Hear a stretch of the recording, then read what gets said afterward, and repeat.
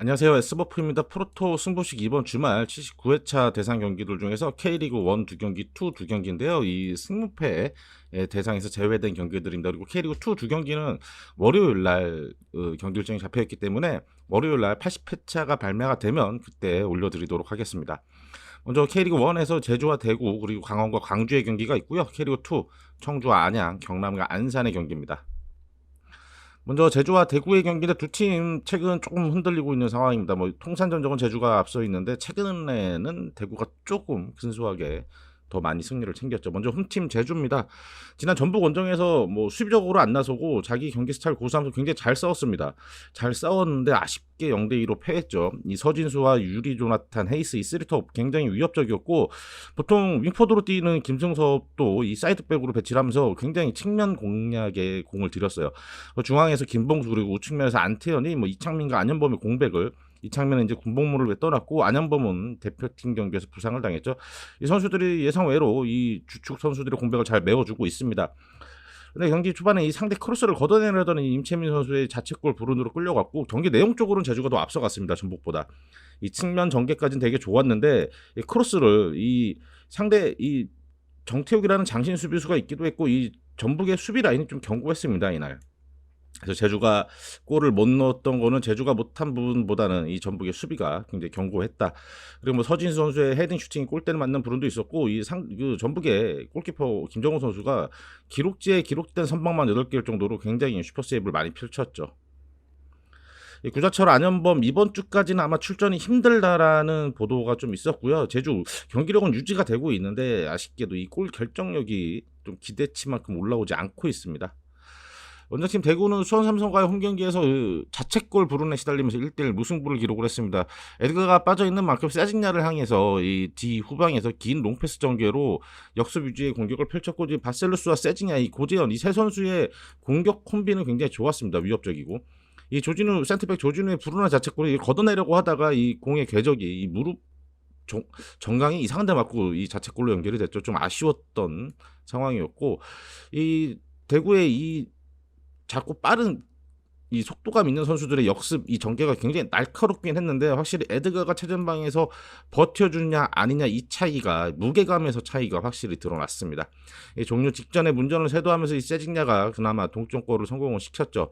이 삼선 중앙 미드필더 이 벨톨라 선수를 영입을 했다고 하는데, 아무래도 그 이진용, 이용래 이 선수들만 가지고는 좀 날씨도 더워지고 버거운 감이 있긴 하죠. 바로 출전할 수 있을지 여부는 아직 저희가 확인을 하지 못했습니다. 그리고 대구 이번 경기에 좀 전력 누수가 있습니다. 에드가는 퇴장이었기 때문에 이번 경기까지 나서지 못하고, 오른쪽 측면에서 활약을 해주던 황재원, 센터백 조진우 선수도 경고 누적 결장입니다. 아무래도 조진우의 결장은 아마 김강산 선수가 나오고 황재원의 자리에는 뭐 케이타라든가 대체 자원이 있을 것 같은데, 이 김진혁 선수를 가끔 원톱으로 올려서도 활용하기도 하는데 조진우까지 빠져 있는 만큼 김진혁 선수를 좀 위로 올리기에도 부담스러운 대구의 현 상황이죠. 두 팀은 지난 2라운드 맞대결에서는 1대1 무승부를 기록을 했었습니다. 뭐 이번에는 마찬가지로 승패를 가리기가 좀 힘들어 보이는데, 두 팀 모두 수비 밸런스는 나쁘지가 않습니다. 관건은 공격의 실마리인데 두 팀 모두 이게 쉽지 않은 그런 경기가 될 것 같습니다. 무승부 확률이 굉장히 높아 보입니다. 그래서 제주의 마이너스 엔드이기 때문에 뭐 제주의 패. 그래서 가장 확률이 높은 것은 이 경기는 언더 가는 게, 언더를 제일 추천을 드리도록 하겠습니다. 다음은 강원과 광주의 경기, 벼랑 끝까지 거의 몰린 강원이죠. 두 팀의 통산 전적이나 최근 전적은 굉장히 팽팽한 상황입니다. 강원은 지난 라운드 인천 원정에서 경기 초반 실점한 것을 메꾸지 못하면서 아쉽게 0대1로 또 패하고 말았죠. 이 측면에서 상대 패스 플레이를 막아내지 못하면서 실점을 했습니다. 이정엽 선수를 통해서 연계하는 플레이를 하려고 했는데 인천이 이른 시간 선제골까지 기록을 했고, 굉장히 수비적으로 라인을 내리면서 인천의 수비적인 라인을 벗겨내지를 못했습니다. 인천의 선수비 후 역습 전략에 강원이 굉장히 많이 휘둘렸어요. 이 수비 전환 속도가 이 강원의 수비 전환 속도가 인천의 속공 속도를 쫓아가지 못하면서 위기가 굉장히 많았습니다.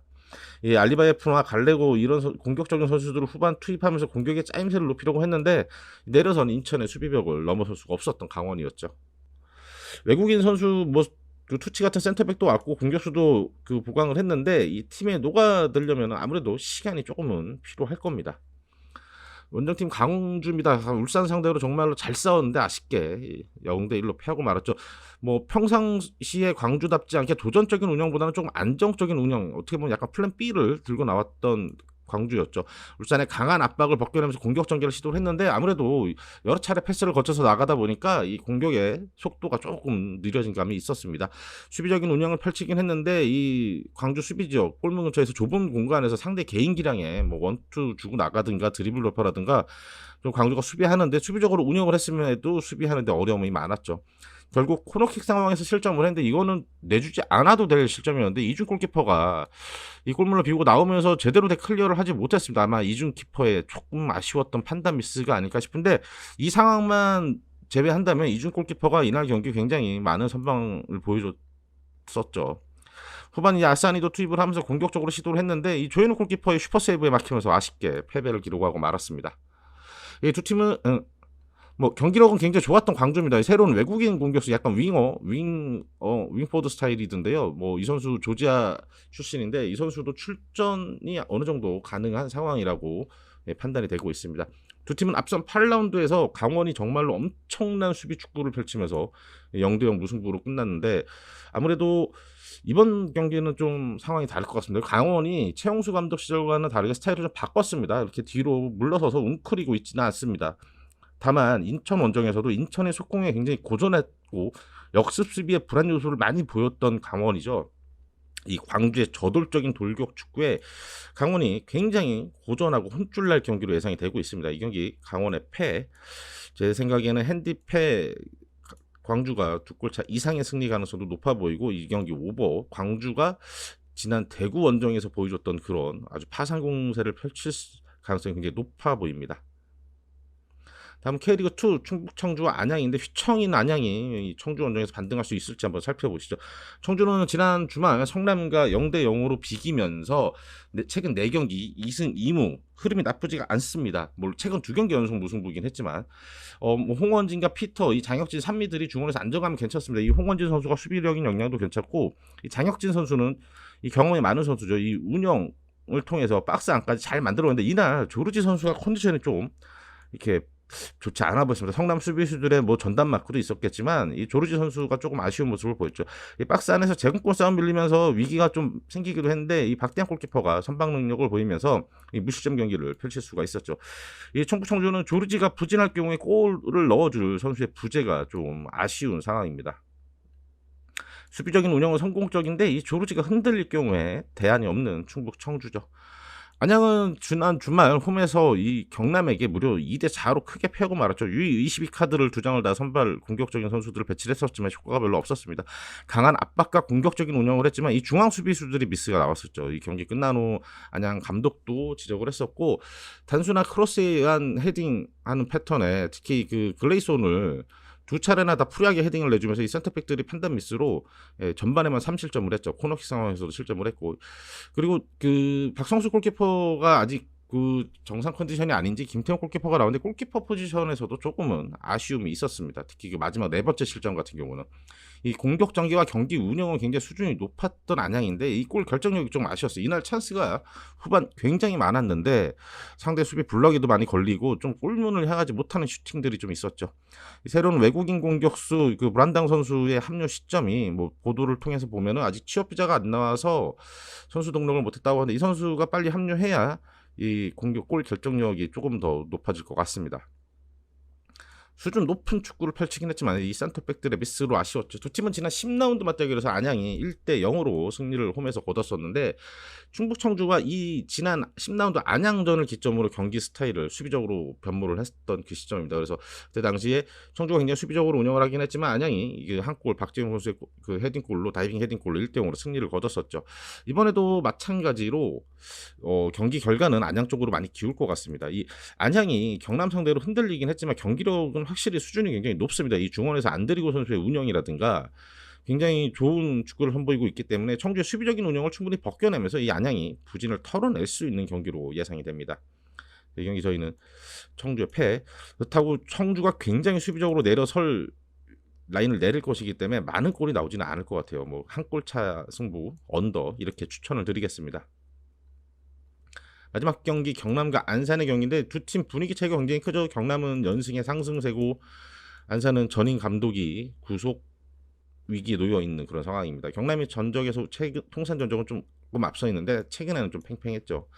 경남은 앞서 안양에서 설명드렸던 것처럼 안양 원정에서 4대2 승리를 거뒀습니다. 이 글레이손을 향한 크로스 패턴 공세를 펼쳤고 이게 잘 먹혔습니다. 글레이손이 멀티골 전반에만 3득점을 했죠. 코너킥 상황에서 센터백 박지환의 헤딩골도 있었고요. 이 상대의 강한 압박의 경기 내용은 사실 경남이 굉장히 밀리는 상황이었는데 이 측면을 통한 카운터 전개가 굉장히 잘 먹혔던 경기입니다. 후반 굉장히 위기가 많았습니다. 경남 상대의 공세에 수세적으로 굉장히 몰렸었죠. 승리를 거두긴 했지만 수비적으로 굉장히 위험함을 많이 노출했던 경남의 경기였습니다. 측면 날카로움은 확인했지만 경기 운영적인 부분에서는 아쉬움이 남았던 경남이죠. 원정팀 안산은 홈에서 지난 주말 부산에게 1대2로 패했죠. 좀 내용을 겪었던 안산인데 가브리엘을 최전방에 배치하면서 공격적으로 나서긴 했습니다. 감독을 바뀌었지만 스타일은 고수했어요. 공격적으로 나서긴 하는데 이게 잘 마무리가 안 돼서 문제였죠. 라인을 높여서 운영하다가 이 부산의 역습 속공에 어려움을 많이 겪었습니다. 이 역습 측면 전개에 실점을 했고 코너킥이 이어지는 상황에서 박스 안에 수비수자가 많았음에도 추가 실점을 했죠. 후반 이 공격적인 교체를 통해서 만회골을 터뜨리긴 했지만 크게 의미가 없는 상황이었습니다. 너무 늦은 만회골이었죠. 분위기를 좀 바꿔야 될 안산인데 수비 불안 요소 개선하기는 좀 어려울 것 같습니다. 두 팀은 지난 12라운드 맞대결에서는 1대1 무승부에 그치긴 했는데 이때 경남이 못했던 게 아니라 경남이 무려 20개가 넘는 슈팅을 시도를 했는데 이 안산 이승빈 골키퍼의 정말 슈퍼 세이브에 막히면서 아쉽게 1대1 무승부에 그쳤죠. 이 측면 전개의 장점이 확실한 경남입니다. 부산에게도 측면을 휘둘렸던 안산이 이 경남의 빠른 측면 전개를 버텨내기 힘들 경기가 되겠죠. 이 경기 경남의 이 경기 핸디 승 확률도 굉장히 높아 보이죠. 오버 이렇게 추천을 드리겠습니다. 마지막으로 투표 추천드리면 제주와 대구의 경기는 언더가 가장 안정적이고 확률이 높은 배팅일 것 같고요. 강원과 강주는 강원의 패, 청주와 안양도 청주의 패, 경남과 안산의 경기는 경남의 핸디 승 가셔도 확률이 굉장히 좋을 것 같습니다. 그래서 4경기 9배 이렇게 추천드리도록 하겠습니다. 79회차 분석 여기서 마치도록 하겠고요. 저희는 월요일 날 K리그2 2경기 분석 영상으로 또 찾아뵙도록 하겠습니다.